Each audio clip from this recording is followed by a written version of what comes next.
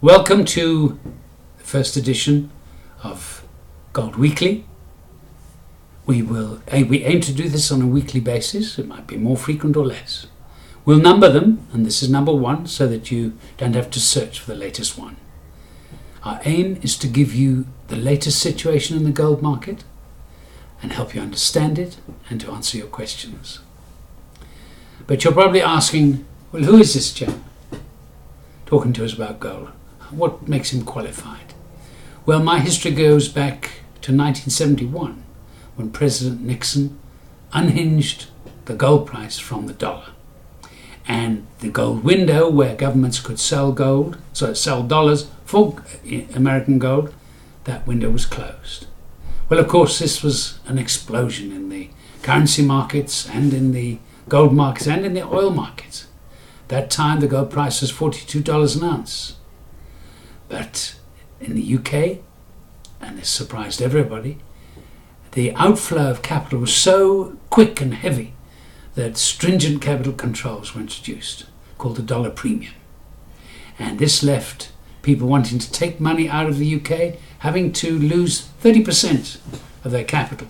And people bringing money into the UK got the bonus of 30% on top of their capital. This froze the movement of sterling and dollars in and out of the UK. Well, the gold price kept rising and eventually hit $850 an ounce before governments saw it as a serious threat and started to attack it by threatening sales of central bank gold. At the time, I was an institutional salesman.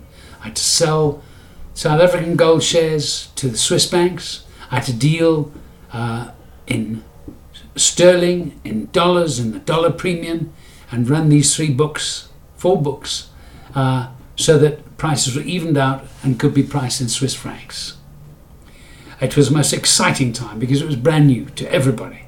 The world before that was far more stable in terms of currencies. Well, I began writing on currencies and gold in a magazine called the International Currency Review. And this was a very successful magazine for central banks. 46 years later, here I am, continue to try to understand all the aspects of the gold market globally. It has to involve economics, it has to involve, that is, macroeconomics, and currencies, and all factors that might or might not impact on the gold price. It's the most complex market. That's why you can't call gold a commodity. It's really a mirror to the financial state of different nations through their currencies. Well, let's look at the last week just to give you a feel of the gold market in the last week. It's actually the most exciting point. In April 2013, the gold price broke down, and broke down heavily. It was attacked by speculators who dumped physical gold on the market and mountains of futures and options to break the gold price down, and they succeeded. Went right down to 1100 plus minus. Since then, it's struggled to recover, but in the last year, it has made some hefty strides. And when I say hefty strides, they're not necessarily measured in the gold price itself, but breaking down the resistance to it rising. And we find ourselves today at a gold price of just over $1,250. But the market is moving into a balance of demand-supply, a point at which a small sale or small purchase can send the price strongly either way. We suspect it's going to go higher, and that's why it's probably an opportune time to talk about the gold market. The dollar's looking so weak, and against gold it is falling. And I want to introduce a concept that it's not gold price rising, but it's the dollar falling. It's actually falling in the euro because the euro is rising against the dollar.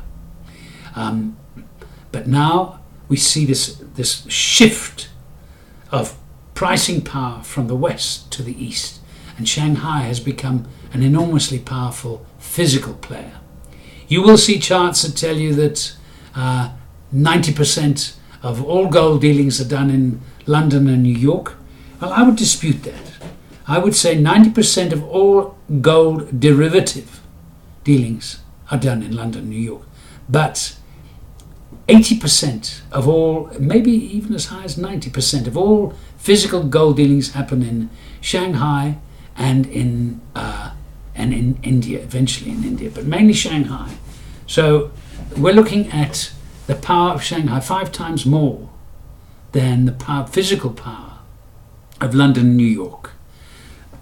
And it's important to appreciate this, that in such a way that we've heard previously that the gold price is at a premium in Shanghai.